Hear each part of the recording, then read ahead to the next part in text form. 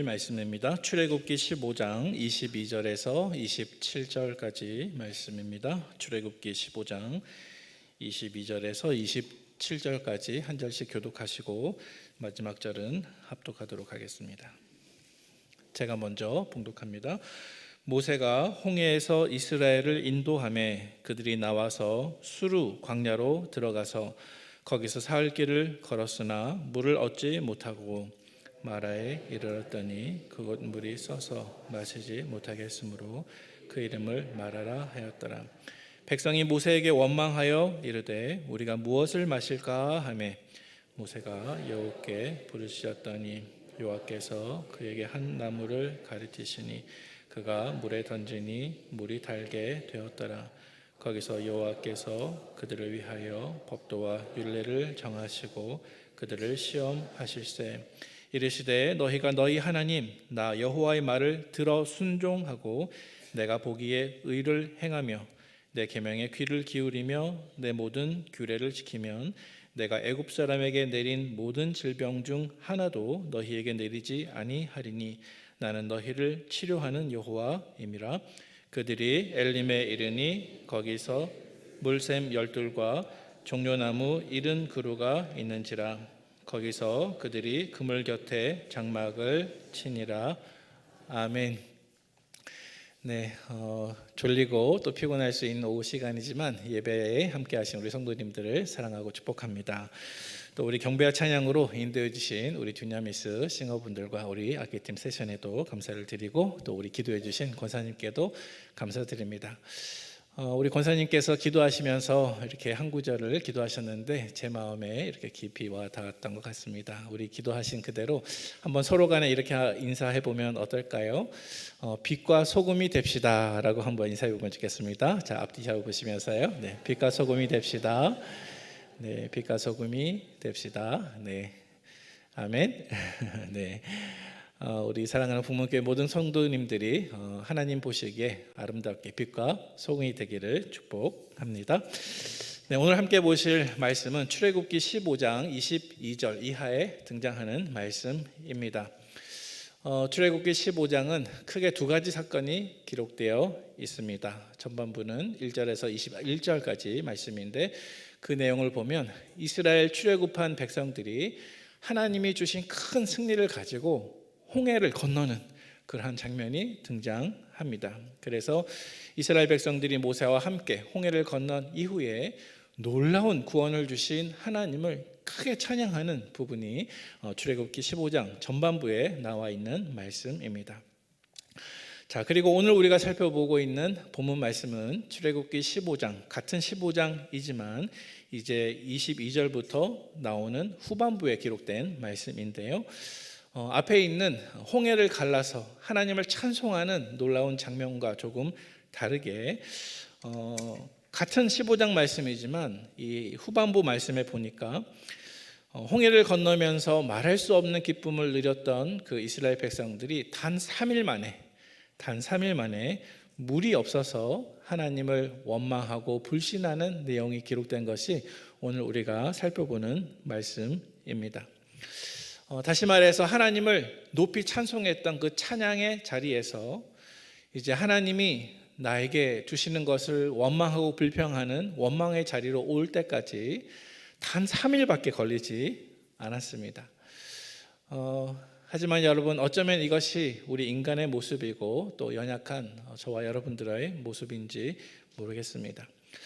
하나님께서는 이스라엘 백성을 홍해에서 구원하셨고 그리고 그 구원하신 이후에 아무런 염려와 걱정이 없는 길로 그들을 인도하신 것이 아니라 하나님은 이 출애굽한 백성들을 곧바로 광야길로 내모셨습니다. 그리고 그 광야는 물이 없는 고통의 장소였습니다.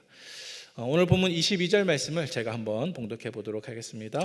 모세가 홍해에서 이스라엘을 인도하매 그들이 나와서 수르 광야로 들어가서 거기서 사흘 길을 걸었으나 물을 얻지 못하고 그랬습니다.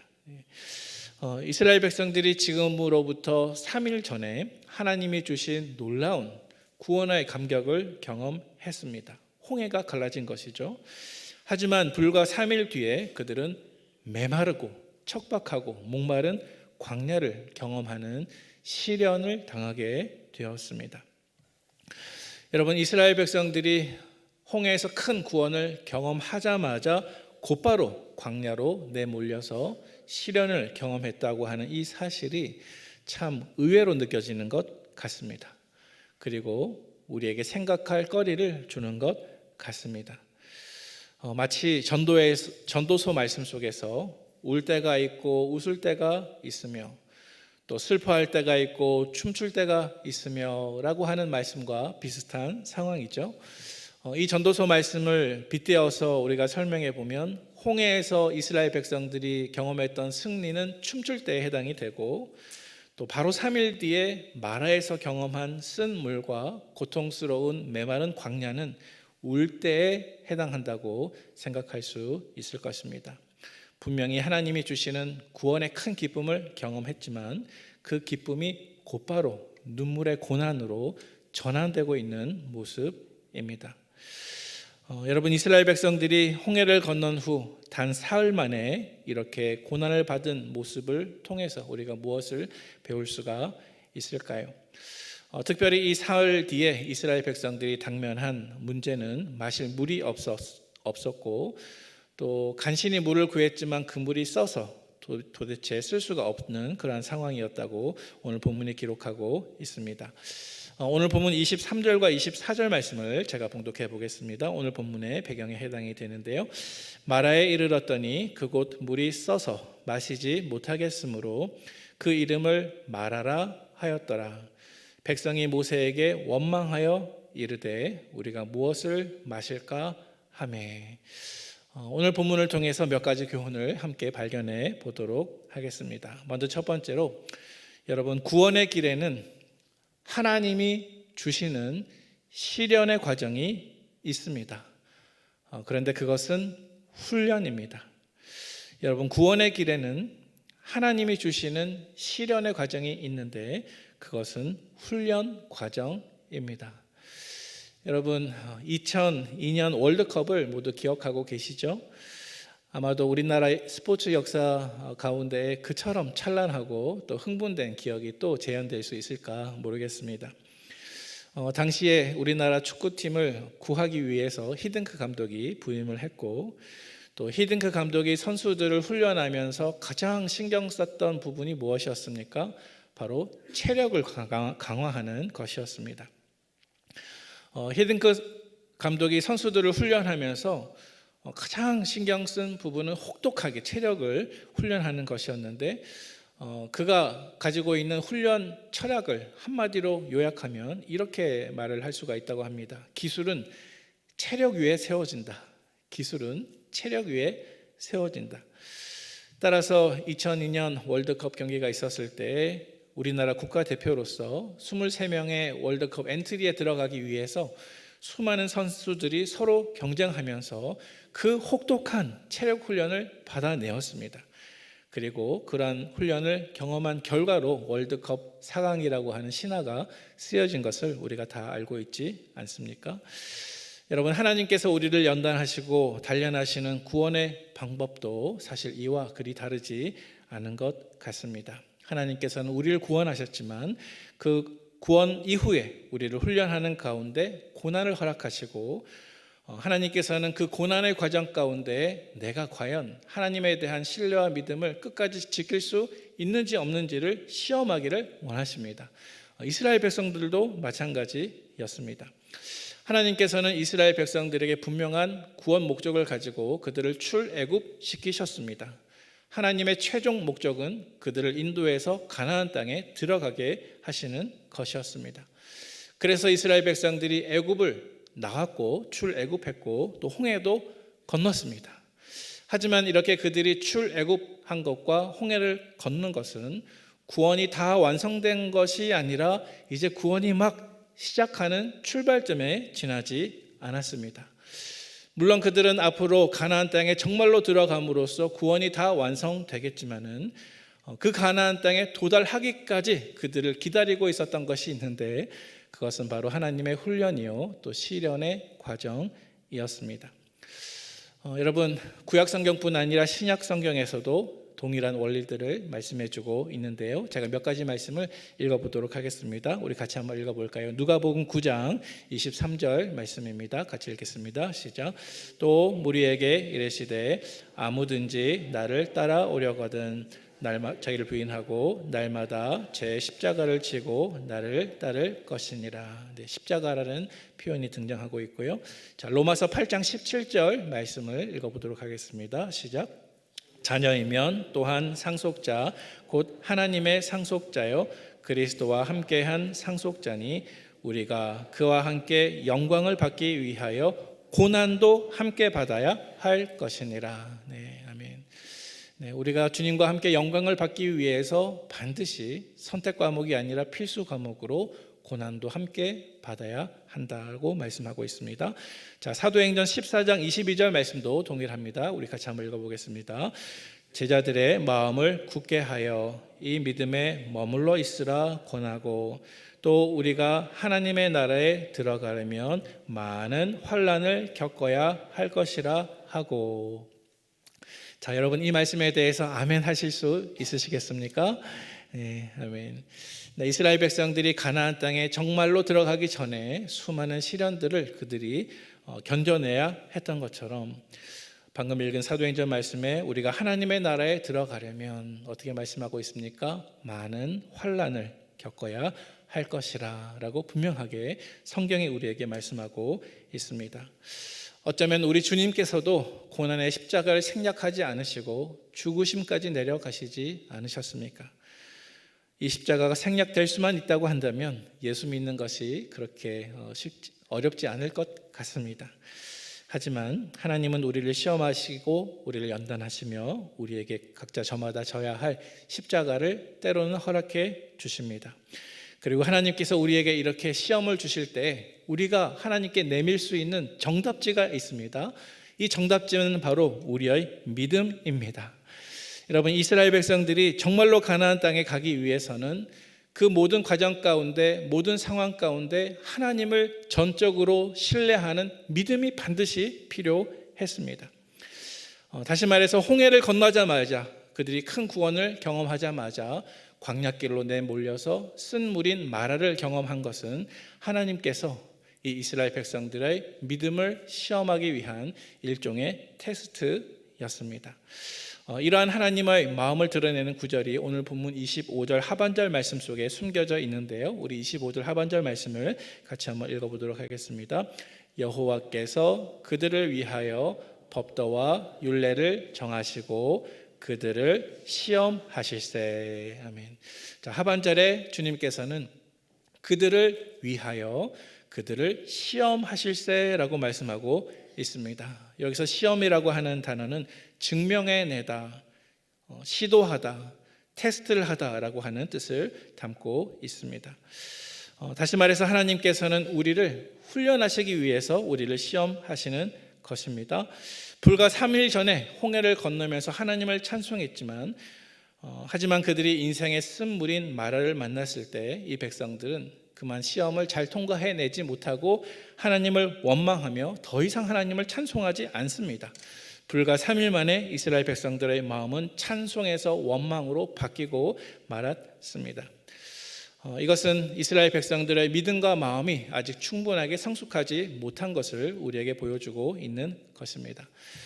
사랑하는 성도 여러분, 만약 하나님께서 여러분들을 인생의 쓴 물인 마라로 인도해 내셨다고 한다면 여러분들은 그 마라 앞에서 어떻게 반응하시겠습니까?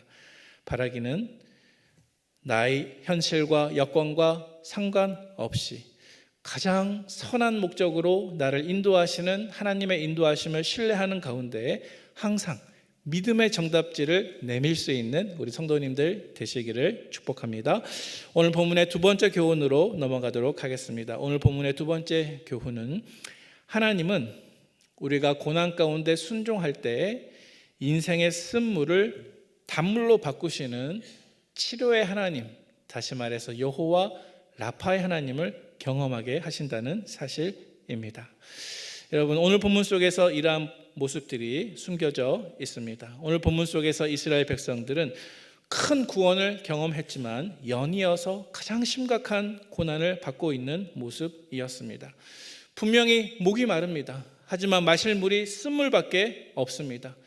혹시 이것이 저와 여러분들의 상황이지는 않습니까? 아마 여러분들 가운데 어떤 분들은 분명히 이러한 고난을 현재형으로 겪고 계신 분들이 있을 것입니다. 우리는 조금 전에 하나님께서 우리에게 믿음의 시련과 고난을 허용하시는데 그 첫 번째 목적이 우리를 훈련하시기 위해서 그렇게 하신다라고 살펴보았죠. 자, 이제 두 번째 교훈을 살펴보겠는데 우리에게 고난을 허락하시는 두 번째 목적이 있음을 우리는 오늘 본문을 통해서 묵상해 볼 수가 있습니다. 그리고 그 목적은 무엇이냐면 비록 하나님께서 우리를 고난 가운데 통과하게 하셨을지라도 우리가 믿음으로 순종할 때 그 순종을 통해서 나를 치료하시는 여호와 라파의 하나님을 경험하게 하는 것이 하나님의 고난을 허락하신 두 번째 목적에 해당이 됩니다. 자, 오늘 본문을 통해서 확인해 보도록 하겠습니다. 오늘 본문 25절 상반절 그리고 26절 말씀을 우리 화면을 보면서 같이 한번 읽어보도록 하겠습니다. 모세가 여호와께 부르짖었더니 여호와께서 그에게 한 나무를 가리키시니 그가 물에 던지니 물이 달게 되었더라. 26절 이르시되 너희가 너희 하나님 나 여호와의 말을 들어 순종하고 내가 보기에 의를 행하며 내 계명에 귀를 기울이며 내 모든 규례를 지키면 내가 애굽 사람에게 내린 모든 질병 중 하나도 너희에게 내리지 아니하리니 나는 너희를 치료하는 여호와임이라. 아멘. 자, 여러분 방금 읽은 이 말씀 속에서 하나님은 어떤 분이신가요? 25절 상반절 말씀에 보니까 하나님은 마라의 쓴물도 단물로 바꾸시는 하나님이십니다.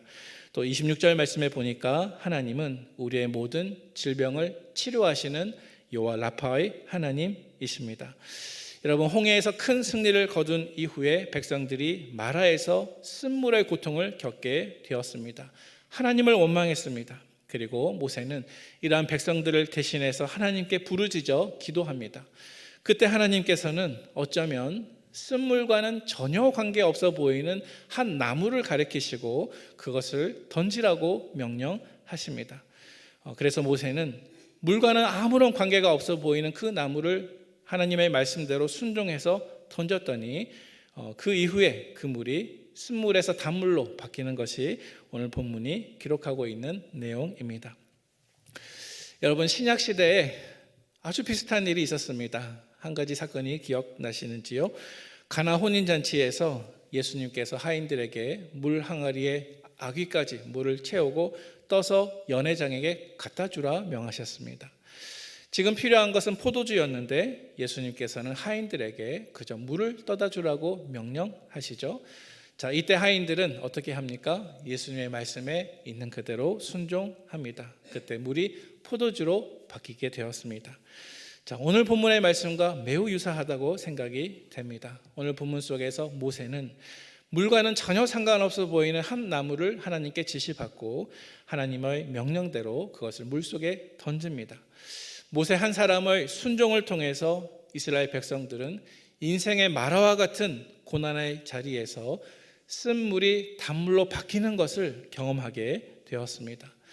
하지만 여러분 모세가 단지 나무 하나를 거기에 던졌다고 해서 그 나무에 포함되어 있는 어떤 화학적인 성분이 그 물을 쓴물에서 단물로 바뀌게 했을까요?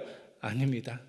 오늘 본문에 기록한 이 사건은 인과적인 과학 법칙이 아니라 초자연적인 하나님의 주권적인 간섭의 결과였습니다. 따라서 하나님께서 나무를 던지라 하신 이 말씀에 순종한 모세를 통해서 고통의 쓴물이 생명의 단물로 바뀌는 것을 백성들에게 경험하게 하신 것입니다.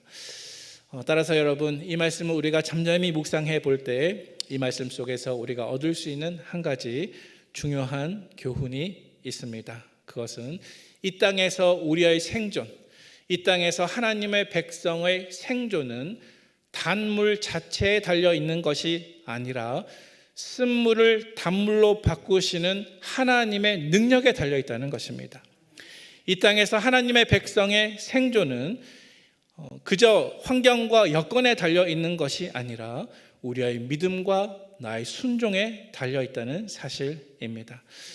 따라서 사랑하는 우리 성도 여러분, 모세가 순종을 통해서 쓴물과는 아무 관계 없어 보이는 그 나무를 물에 순종하며 던졌을 때 물이 바뀐 것처럼 하나님께서는 치료하시는 하나님이시고 우리의 순종을 통해서 일하시는 하나님을 기억하시고 여러분의 일상의 삶이 이렇게 치료하시는 하나님을 순종으로 경험하는 삶이 되시기를 주님의 이름으로 축복을 드립니다.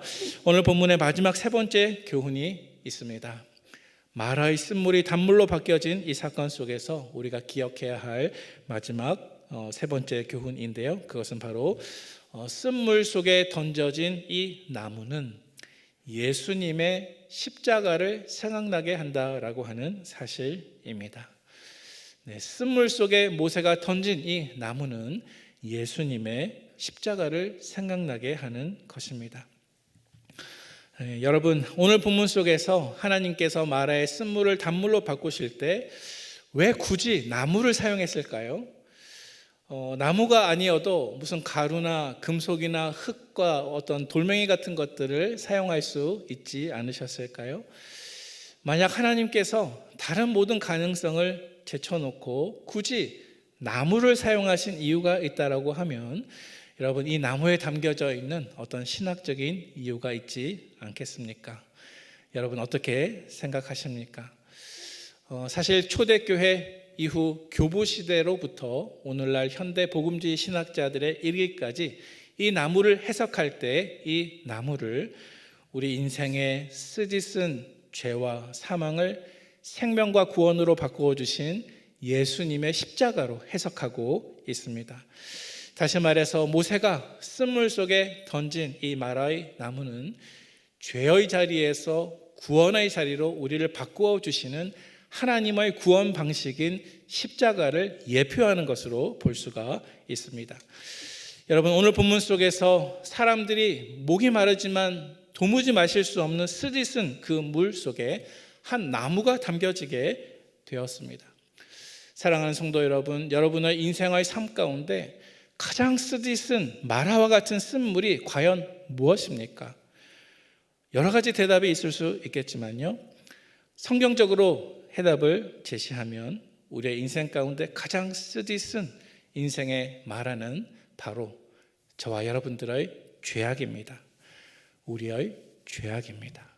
그리고 우리의 죄악의 결과로 우리가 살아가고 있는 죄의 비참한 삶이 바로 인생에서 가장 쓰디쓴 마라와 같은 쓴물이라고 말할 수가 있습니다. 우리는 모두 목이 마르지만 마실 것은 쓰디쓴 물밖에 없는 그러한 처지의 사람들이었습니다. 하지만 예수 그리스도께서 이 땅에 오셔서 나의 모든 추악하고 더러운 죄악과 또 그 죄의 대가로 마땅히 내가 경험해야 할 인생의 쓴 물의 심판을 대신 받아주시고 우리에게는 그 물이 더 이상 쓰지 않도록 단물이 되도록 바꾸어 주셨다는 사실입니다. 여러분, 이것이 복음입니다. 이 일을 이루시기 위해서 예수님께서 이 땅에 오셔서 나무에 매달려 손과 발에는 못이 박히시고 머리에는 가시 면류관을 쓰시고 옆구리에는 창에 찔려 생명의 피와 물을 우리를 위해서 다 흘려 주셨습니다. 그리고 예수님께서 이렇게 하신 이유는 예수님의 십자가를 바라보는 모든 사람들에게 치료하시는 하나님, 여호와 라파의 하나님을 경험하시도록 하기 위해서였습니다. 그리고 뿐만이 아닙니다. 오늘 본문에 보니까 마라의 쓴물이 단물로 바뀐 이후에 하나님께서는 이스라엘 백성들에게 더 좋은 선물을 준비하고 계셨는데요, 그것은 온전한 쉼의 모습이었습니다. 우리 다 같이 27절 말씀을 함께 읽어보도록 하겠습니다. 27절 말씀입니다. 그들이 엘림에 이르니 거기에 물샘 12과 종려나무 70그루가 있는지라 거기서 그들이 그 물 곁에 장막을 치니라. 아멘. 여러분, 우리가 말씀을 들으면서 하나님께서 우리의 삶 가운데 훈련하시기 위해서 마라의 쓴물을 허락하시고 우리를 시험하시고 연단하시기 원하신다라는 메시지만 듣게 되면 우리의 마음이 다소 이렇게 의기소침해지고 또 무거워지는 것이 사실인 것 같습니다. 하지만 여러분, 오늘 본문의 이야기는 거기서 끝나는 것이 아닙니다.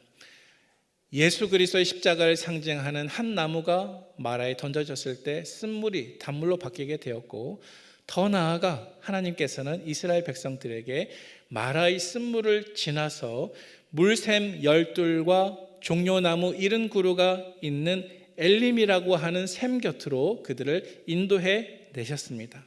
다시 말해서 하나님께서 우리의 삶 가운데 마라를 허락하시는 최종적인 목적은 마라에서 끝나는 것이 아니라 쓴물이 단물로 바뀔 때 치료하시는 하나님을 경험한 이후에 우리에게 참 쉼, 온전한 평안이 있는 곳으로 종국적으로 인도하시기 위하는 것이 하나님의 최종적인 목적인 것을 결코 고난 중에서라도 잊지 마시기를 바랍니다. 어쩌면 우리가 죄자의 길을 걸어가면서 마라의 쓴물을, 고통의 길을 경험하게 될 것입니다. 하지만 우리가 그 고난의 길 가운데 믿음으로 정답지를 주님 앞에 내어드릴 때 얼마 지나지 않아서 마라 뒤에 우리를 기다리고 있는 엘림을 반드시 경험하게 될 것입니다. 여러분, 이것이 하나님께서 우리에게 주시는 소망이요, 또 우리에게 마라를 허락해 주시는 주님의 목적입니다. 우리 신약 성경 속에서 이것을 한번 확인해 보도록 하겠습니다. 마지막으로 두 가지 말씀을 읽고 말씀을 정리합니다. 로마서 8장 18절 말씀입니다. 우리 큰 소리로 한번 같이 읽어보겠습니다. 시작. 생각하건대 현재의 고난은 장차 우리에게 나타날 영광과 비교할 수 없도다. 아멘. 자, 또 다른 말씀 베드로전서 5장 10절 말씀입니다. 같이 읽겠습니다. 시작. 모든 은혜의 하나님 곧 그리스도 안에서 너희를 부르사 자기의 영원한 영광에 들어가게 하신 이가 잠깐 고난을 당한 너희를 친히 온전하게 하시며 굳건하게 하시며 강하게 하시며 털을 견고하게 하시리라. 아멘. 네. 여러분 어떻습니까? 지금 당장 목마른 상황 속에서 마실 물이 쓴물밖에 없는 고난을 겪게 되면 우리는 때로는 믿음을 저버리고 하나님을 원망할 수도 있을 것입니다. 그러나 로마서 말씀은 우리에게 말씀하기를 생각하건대 현재의 고난은 장차 우리에게 나타날 영광과 좋게 비교할 수 없도다 라고 말씀하고 있습니다. 또 베드로전서 5장 말씀은 내가 당하는 그 마라의 쓴물의 고통이 영원한 것 같고 끝이 없는 것 같고 언제 이것이 벗어질까 고민하며 너무나 길게 느껴짐에도 불구하고 베드로전서 말씀은 자기의 영원한 영광에 들어가기 위하여 너희에게 잠깐 고난을 당하게 하신 너희를 하나님께서 친히 온전하게 하시고 친히 굳건하게 하시고 친히 강하게 하시며 친히 털을 견고하게 하시리라 라고 우리에게 말씀하고 있습니다. 따라서 사랑하는 성도 여러분, 나를 위해 고난받으신 예수님의 십자가 위에 우리가 경험하고 있는 그 마라의 쓴물을 올려놓고 나를 치료하시는 하나님을 의지하며 믿음으로 반응하게 된다고 한다면 인생의 마라와 같은 고난의 순간에도 우리는 잠시 뒤에 나를 치료하시는 하나님을 배웠고 또 엘림의 하나님도 반드시 경험할 줄로 믿습니다. 이제 말씀을 정리합니다. 우리와 함께 하시는 분은 여호와 라파 치료의 하나님이십니다. 하나님께서 우리에게 고난을 허락해 주시지만 그 최종적인 목적은 선하신 계획이며 순종을 통해서 나를 치유하시고 하나님의 엘림을 경험케 하는 것이 주님의 목적입니다. 따라서 사랑하는 성도 여러분, 혹 지금 이 순간 인생에 마라와 같은 쓴물을 경험하고 그것을 지나고 있다고 하더라도 너무 성급하게 하나님께 불평하거나 원망하지 마시기를 부탁합니다. 하나님께서 우리에게 바라시는 것이 있습니다. 그것은 쓴물을 단물로 바꾸시는 여호와 라파의 하나님을 우리의 고난 가운데 만나라고 하는 것입니다.